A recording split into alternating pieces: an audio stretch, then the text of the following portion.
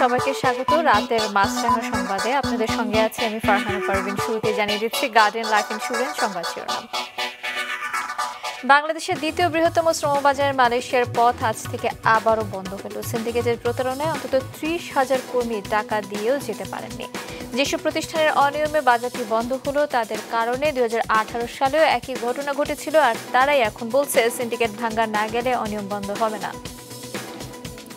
দুর্নীতির অনুসন্ধান এড়িয়ে পরিবার সহ বিদেশে চলে গিয়েছেন পুলিশের সাবেক মহাপরিদর্শক বেনজির আহমেদ। জানা গেছে এর আগে যথেষ্ট সময় নিয়ে ব্যাংক থেকে টাকা তুলে নিয়েছেন তিনি, বিক্রি করেছেন বাড়ি।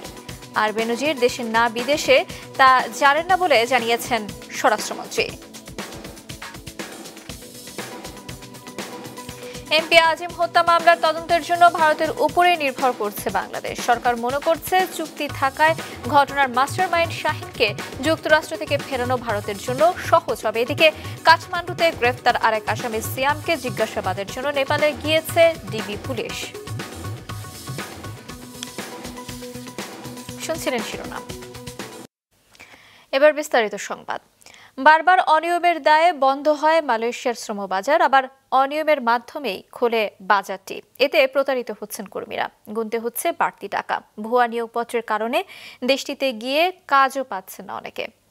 এবার যেতে পারেনি অন্তত ৩০,০০০ কর্মী। মাশরুক রাহাতের রিপোর্ট। দুষ্ট চক্রে বন্দী মালয়েশিয়ার শ্রমবাজার।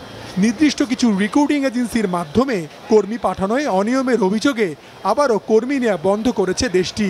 ২০১৮ সালেও একই অভিযোগে বন্ধের পর ২০২২-এ এসে সেই প্রতিষ্ঠানগুলোকেই কাজ দিয়ে আবারও বাজারটি খুলে দিয়েছিল দেশটি। রিক্রুটিং এজেন্সিগুলোর সংগঠন বাইরার নেতারা বলছেন, নির্দিষ্ট এজেন্সির এই সিন্ডিকেট করতে বড় টাকার বাণিজ্য হচ্ছে। বাজার চালুর ক্ষেত্রে এই প্রথা ভাঙা না গেলে শ্রমবাজারটিতে অনিয়ম বন্ধ হবে না। সিন্ডিকেট হলো ১০০ জন, কিন্তু আমার বাইরার সদস্য রিক্রুটিং এজেন্সি প্রায় ২৫০০। তো ২৫০০ কিন্তু এটা দায় নিবে না, এর দায়টা ১০০ এজেন্সিকেই নিতে হবে। ভবিষ্যতে এই শ্রমবাজারে আর কোনো প্রকার সিন্ডিকেশন যেন না হয়, এই ব্যাপারে আমাদের মন্ত্রণালয় এবং আমাদের সরকারকে প্রয়োজনীয় পদক্ষেপ নিতে হবে। মালয়েশিয়ায় যেতে সরকার নির্ধারিত ৭৯,০০০ টাকার জায়গায় কর্মীদের গুনতে হয়েছে ৬ লাখ টাকা পর্যন্ত। এত টাকা খরচ করে যারা যেতে পারেননি সেসব প্রতারিত কর্মীরা আজ টাকা ফেরতের আশায় ঘুরেছেন রিক্রুটিং এজেন্সিগুলোর অফিসে। জমি জাতি সব বেঁচে কিনে ধরে নিয়ে আজ আমাকে ফ্লাইট নেই, আজ ১.৫ বছর ধরে ঘুরাচ্ছে। টাকা ফেরত চাচ্ছি কিন্তু ট্রাভেলস এজেন্সি তো বন্ধ। এটা 100% প্রতারণার একটা মানুষ তার খেত বেচা টাকা দিছে, সুদ করে টাকা দিছে। শ্রমবাজারটিতে সিন্ডিকেটের অভিযোগ যাদের দিকে তারা বলছেন, মালয়েশিয়া সরকারের সিদ্ধান্ত অনুযায়ী এবার ১০০টি প্রতিষ্ঠান কর্মী পাঠিয়েছিল। যারা যেতে পারেননি তাদের টাকা ফেরত দিতে সংশ্লিষ্ট প্রতিষ্ঠানগুলোর প্রতি আহ্বান জানান বাইরার সাবেক এই নেতা। যারা যেতে পারবে না তাদেরকে টাকা, যদি সে যেতে নাই পারে তাদেরকে টাকা রিক্রুটিং এজেন্সি ফেরত দেবে, সে ব্যবস্থা করতে হবে। ঢাকায় মালয়েশিয়ার হাই কমিশনার জানিয়েছেন, শ্রমবাজারটি ঘিরে কিছু ব্যবসায়ীর অপরাধ বন্ধে কাজ করছেন তারা। প্রবাসী কল্যাণ প্রতিমন্ত্রীও এ বিষয়ে শক্ত পদক্ষেপ নেয়ার কথা জানিয়েছেন। This is something that beyond not only Malaysian but also Bangladesh, beyond the control of two governments, but the two government we are in good cooperation in order to address this issue. তদন্ত কমিটির মাধ্যমে যাদের বিরুদ্ধে এই সমস্ত জিনিস উঠে আসবে তাদের বিরুদ্ধেই আমরা ব্যবস্থা গ্রহণ করব। গেল ২ বছরে মালয়েশিয়ায় গিয়েছেন প্রায় ৪,৬০,০০০ কর্মী। এদের মধ্যে দেশটিতে গিয়ে অন্তত ৫০,০০০ জন কাজ পাননি বলে অভিযোগ রয়েছে। মাশরুক রাহাত, মাছরাঙা সংবাদ, ঢাকা। পুলিশের সাবেক মহাপরিদর্শক বেনজির আহমেদের দুর্নীতির অনুসন্ধান চলাকালে ব্যাংক থেকে টাকা তোলা এবং বিদেশে চলে যাওয়া নিয়ে প্রশ্ন উঠেছে। তবে স্বরাষ্ট্রমন্ত্রী আসাদুজ্জামান খান কামালের দাবি, বেনজির দেশে না বিদেশে তা জানেন না তিনি। বিস্তারিত হাসনান তানভীর রিপোর্টে। পুলিশে দুর্নীতি করতে চান তারা ছেড়ে দেন, পুলিশের চাকরি দরকার নেই। দুর্নীতির বিরুদ্ধে জিহাদ ঘোষণা করবে। বিভিন্ন সময় দুর্নীতির বিরুদ্ধে নিজের অবস্থান জানান দিতে এমন সব বক্তব্য হরহামেশাই রাখতেন পুলিশের সাবেক মহাপরিদর্শক বেনজির আহমেদ। দুর্নীতির বিরুদ্ধে হুইসেল ব্লোয়ার হিসেবে দায়িত্ব পালন করবে। চাকরিতে থাকাকালে 5 বার পুলিশের সর্বোচ্চ পদক বাংলাদেশ পুলিশ মেডেল BPM ও সততার প্রতীক শুদ্ধাচার পুরস্কারও পান বেনজির। কিন্তু নজিরবিহীন সব দুর্নীতির মাধ্যমে সেই বেনজিরের অগাধ সম্পদ অর্জনের তথ্য পেয়েছে দুর্নীতি দমন কমিশন। আদালতের আদেশে বিপুল পরিমাণ সম্পদ অবরুদ্ধ ও জব্দ করা হয়েছে। বিদেশেও খোঁজা হচ্ছে তার সম্পদ। অবৈধ সম্পদ নিয়ে দেশ জুড়ে যখন আলোচনা সমালোচনার ঝড়, তখন নিশ্চুপ বেনজির। আদৌ তিনি দেশে আছেন কিনা তা নিয়ে তৈরি হয় ধোঁয়াশা। তবে আইনশৃঙ্খলা রক্ষাকারী বাহিনী ও ইমিগ্রেশনের বিভিন্ন সূত্র বলছে, গত 4 মে স্ত্রী ও সন্তানদের নিয়ে সিঙ্গাপুর হয়ে দুবাই গেছেন বেনজির। বর্তমানে সেখানেই অবস্থান করছেন সপরিবারে। দেশ ছাড়ার আগে বেনজির তার ব্যাংক অ্যাকাউন্টগুলো থেকে তুলে নেন প্রায় সব টাকা। ঢাকার ভাটারা এলাকার একটি বাড়ি ও দুবাইয়ে একটি অ্যাপার্টমেন্ট বিক্রি করে দিয়েছেন এমন তথ্য পাওয়া যাচ্ছে বিভিন্ন মাধ্যম থেকে। এত সব অভিযোগ ওঠার পরও বেনজির আহমেদ কিভাবে তার সব অ্যাকাউন্ট থেকে টাকা তুলে নিলেন এবং সপরিবারে দেশ ছাড়ার সুযোগ পেলেন তা নিয়ে প্রশ্ন তুলেছেন বিএনপি মহাসচিব মির্জা ফখরুল ইসলাম আলমগীর। মে মাসের 4 তারিখে সে তার সপরিবার নিয়ে চলে গেছে। আরও দেখলাম যে যাওয়ার আগে তার অ্যাকাউন্টগুলো সমস্ত সে খালি করে গেছে। ফিক্সড অ্যাকাউন্ট যেগুলো ছিল সেটা প্রায় 60 কোটি টাকা সিঙ্গাপুর এয়ারলাইন্সে এসে চলে গেল সকলের চোখের নাকের পক্ষ দিয়ে। তাহলে এই যে কথা বলছেন যে কেউ ভাগ ছাড় পাবে না, আমরা সবাইকে বিচার করি, সবাই, এটা কি আপনার মানুষকে আম্মক মনে করেছেন বাংলাদেশের মানুষকে? তবে বেনজিরের দেশ ছাড়ার কোনো তথ্য জানেন না এমন দাবি করেছেন স্বরাষ্ট্রমন্ত্রী আসাদুজ্জামান খান কামাল। ব্যক্তিগত অপরাধের দায় পুলিশ বাহিনী নেবে না বলেও মন্তব্য করেন তিনি। তাকে তো এখনো আমরা নিষেধাজ্ঞা দেইনি, শুধু সেই নিষেধাজ্ঞার আগে চলে যেয়ে থাকে। আমি এখনো কিন্তু সঠিক জানি না সে আছে কিনা চলে গিয়েছে। আমাকে জেনে কথা বলতে হবে। আপনারা যেই প্রশ্নটা করছেন আমাকে জেনে কথা বলতে হবে। ভবিষ্যতে বেনজিরের বিরুদ্ধে দুর্নীতির অভিযোগগুলো প্রমাণ হলে তাকে আদৌ দেশে ফিরে আনা যাবে কিনা তা নিয়ে এখন প্রশ্ন উঠেছে। হাসনাইন তানভীর, মাছরাঙা সংবাদ, ঢাকা। এমপি আনোয়ারুল আজিম হত্যা মামলা ভারত তদন্ত করবে বলে জানিয়েছেন স্বরাষ্ট্রমন্ত্রী। জানান, সেক্ষেত্রে ওই হত্যার মাস্টারমাইন্ড আখতারুজ্জামান শাহিনকে যুক্তরাষ্ট্র থেকে ভারতে ফিরিয়ে আনবে ভারত। এদিকে কলকাতা থেকে ফিরে আজ নেপাল গিয়েছে ডিবি প্রধান হারুনুর রশিদের নেতৃত্বে 3 সদস্যের দল। এমপি আনোয়ারুল আজিম হত্যাকাণ্ডে গ্রেফতার আসামিদের জিজ্ঞাসাবাদে পাওয়া তথ্যে এদেশের গোয়েন্দারা কলকাতায় গিয়ে সঞ্জীবা গার্ডেন্সের সেপটিক ট্যাঙ্কে খুঁজে পান দেহাংশ, যেসব আনোয়ারুল আজিমের হতে পারে বলে ধারণা গোয়েন্দা পুলিশের। বৃহস্পতিবার দেশে ফিরে মামলার আরও তদন্তের জন্য আজ নেপাল গিয়েছে গোয়েন্দা পুলিশ। বিমানবন্দরে তারা জানায়, কলকাতায় আজিম হত্যার পর অনেক আসামি নেপাল পালিয়ে যায়। ইন্টারপোলের সহায়তায় কাঠমান্ডু পুলিশের কাছে গ্রেফতার আসামি সিয়ামকে জিজ্ঞাসাবাদ শেষে দেশে ফিরিয়ে আনার সম্ভাবনা রয়েছে। ইন্টারপোলের মাধ্যমে আমরা কাঠমান্ডু পুলিশকে জানিয়েছি যে এখানে সিয়াম সহ বেশ কয়েকজন আসামি, তারা কেউ চলে গেছে, কেউ আছে।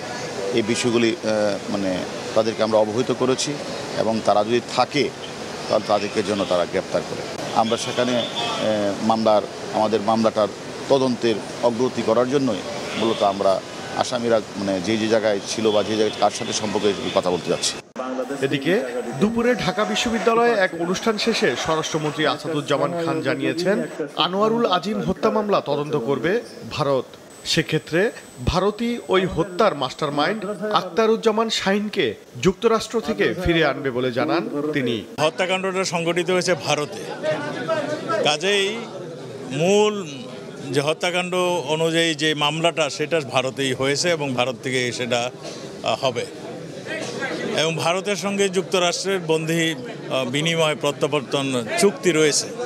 কাজেই এটা ভারত সরকারই তাদের কাছে আবেদন করবে, যেহেতু ঘটনাটা ঘটেছে তাদের দেশে। এদিকে ভিসা না পাওয়ায় এখনও কলকাতায় যেতে পারেননি আজিমের পরিবারের সদস্যরা। ডিএনএ পরীক্ষা না হওয়ায় জানা যায়নি উদ্ধার হওয়া দেহাংশের পরিচয়। ওবায়দুল কবির, মাছরাঙা সংবাদ, ঢাকা। জ্বালানি তেলের নতুন মূল্য কার্যকর হয়েছে আজ থেকে। জ্বালানি বিভাগের প্রজ্ঞাপন অনুযায়ী ডিজেল, পেট্রোল, অকটেন এবং কেরোসিন সহ সব ধরনের তেলের দামই বাড়ানো হয়েছে। চলতি বছরের মার্চ থেকে বিশ্ববাজারের সাথে মিল রেখে প্রতি মাসে জ্বালানি তেলের মূল্য সমন্বয় করা হচ্ছে। শুধু ওইবারই জ্বালানি তেলের মূল্য কমানো হয়েছিল, কিন্তু পরবর্তী মাসগুলোতে শুধুই বেড়েছে। এই মূল্য বৃদ্ধিতে ক্ষোভ প্রকাশ করেছেন ভোক্তারা। আমি এখন তেল তুলতে এসে দেখতেছি 31 টাকা লিটার, তাইলে আমার সামান্য বেতন, আমার প্রতিনিয়ত বেতন বাড়তেছে 6 মাস বা বছর। আমাদের দুঃখ দেখার মতো কেউ নাই। তাদের মন চাচ্ছে বাড়াচ্ছে, তাদের মন চাচ্ছে কমাচ্ছে। জুন মাসের জন্য যে দাম ঘোষণা করা হয়েছে তাতে ডিজেল ও কেরোসিনে লিটার প্রতি ৭৫ পয়সা বাড়িয়ে বর্তমান মূল্য ১০৭ টাকা ৭৫ পয়সা করা হয়েছে। আর লিটারে ২.৫ টাকা বাড়িয়ে পেট্রোল ১২৭ আর অকটেন ১৩১ টাকা করা হয়েছে। এর আগে বছর 2 টাকা, আজকে আবার ২.৫ টাকা করে, এরকম বাড়তেই থাকবে। একবার বাড়াইলে আর কমায় না। সরকার যে কি করতেছে বুঝতেছি না। রাত্রে একটা কথা বলবে যে তেলের দাম 2 টাকা 3 টাকা 5 টাকা বাড়াই দিছি, সকাল থেকে কার্যকর, নিলে নিবেন, না নিলে পাম্প বন্ধ, তেল থাকবো না, এই সেই যত আন্দোলন, কোনো ফায়দা নাই। আপনি কার বিরুদ্ধে আন্দোলন করবেন? নিয়ম অনুযায়ী বিশ্ববাজারে জ্বালানি তেলের মূল্য বৃদ্ধি পেলে দেশেও বাড়বে দাম, আর কমে গেলে কমবে দেশেও। তবে এক ধাক্কায় যেন কখনোই বেশি বৃদ্ধি না পায় সে বিষয়টির দিকে সতর্ক থাকার পরামর্শ এই বিশেষজ্ঞের। মোটামুটি আমরা দেখতে পাচ্ছি যে গত 3 মাসে তেলের দাম স্টেবল, মানে এটা বাড়ছে না কমছে না তেমন কিছু না। তো সেই অনুযায়ী আমরা যদি দেশে দেখি ফর্মুলা করার পরে বাড়া কমাটাও কিন্তু ওই রেঞ্জের মধ্যেই আছে। তা আমি মনে করি এটা এখনও সহনশীল পর্যায়ে আছে, এটা ওর বাইরে যায় নাই। কিন্তু কথা হচ্ছে যে যদি এখন $100 চলে যায় তখন কি হবে? তখন যদি বাড়াতে হয় তখন তো ভোক্তার উপরে একটা বড় চাপ পড়বে। তখন সরকারকে একটু অন্যভাবে চিন্তা করতে হবে। ইন্ডিয়া যেরকম করে, ওদের একটা ফেডারেল ট্যাক্স আছে, আবার লোকাল গভর্নমেন্ট ট্যাক্স আছে, ওগুলোকে তখন ওরা কমিয়ে দেয়। সো এখানেও ওই সেই সুযোগটা আছে সরকারের। জ্বালানি বিভাগ বলছে বিশ্ববাজারে তেলের দাম কিছুটা হ্রাস পেলেও ডলারের বিপরীতে টাকার অবমূল্যায়ন হওয়ায় এবারের মূল্য সমন্বয় করতে হয়েছে। জাহেদ সেলিম, মাছরাঙা সংবাদ, ঢাকা। ঘূর্ণিঝড় রিমালের প্রভাবে টানা বৃষ্টিতে ডিএনডি বাঁধের ভেতরে পানিবন্দী হয়ে আছে প্রায় ২০ লাখ মানুষ। কয়েক ফুট পানিতে তলিয়ে আছে রাস্তাঘাট এবং বাড়িঘর। বন্ধ হয়ে গেছে অনেক শিল্প কারখানা। নারায়ণগঞ্জ থেকে আনিসুর রহমান জুয়েলের পাঠানো তথ্য এবং ছবিতে ডেস্ক রিপোর্ট। পানিতে ডুবে আছে রাস্তাঘাট ও বাড়িঘর। পারাপার হতে প্রয়োজন পড়ছে নৌকার, কেউ আবার যাচ্ছেন রিকশায়। যাদের এই সুবিধা নেই তারা ভিজেই পার হচ্ছে কোমর পানি। কেউ মায়ের পিঠে চড়ে, কেউ বা বড় ভাইদের পিঠে চড়ে পানি পারাপার হচ্ছে। এমন দৃশ্য দেখা মিলবে ডিএনডি বাঁধের ভেতরে ঢাকা নারায়ণগঞ্জ ডেমরা এলাকায়। প্রতিটি বাসার নিচতলা পানিতে ডুবে আছে। নষ্ট হয়ে গেছে আসবাবপত্র। মসজিদ সহ ধর্মীয় উপাসনালয়ের ভেতরে পানি। টানা বৃষ্টি হলেই বসবাসের অনুপযোগী হয়ে পড়ে এই এলাকা। ঘূর্ণিঝড় রিমালের পর থেকে অবর্ণনীয় দুর্ভোগে দিন কাটছে ওই এলাকার বাসিন্দাদের। রান্না খাইতারি না, ঘরে ঘুমাইতারি না, ইসকে ইসকে সারা রাত্র বইয়া থাই ফিরাল আজকে। পানি খাবো, আমার গন্ধ খাইতে পারতেছি না। আমার ঘরে দেন খাট তো ডুবে রয়েছে, হাড়িপাতে ডুবে রয়েছে। কোথাও বের হতে পারি না পানির জন্য। আমাদের বাসায় পানি চলে মশা হয়ে গেছে। মসজিদ ডুবে গেছে, মসজিদে নামাজ পড়তে পারি না। যদি কেউ ইনকেস মারা যায় তাকে মাটি দেওয়া সম্ভব হয়ে যাবে। জলাবদ্ধতায় উৎপাদন বন্ধ হয়ে গেছে বাঁধের ভেতরে ছোট বড় অনেক শিল্প কারখানার।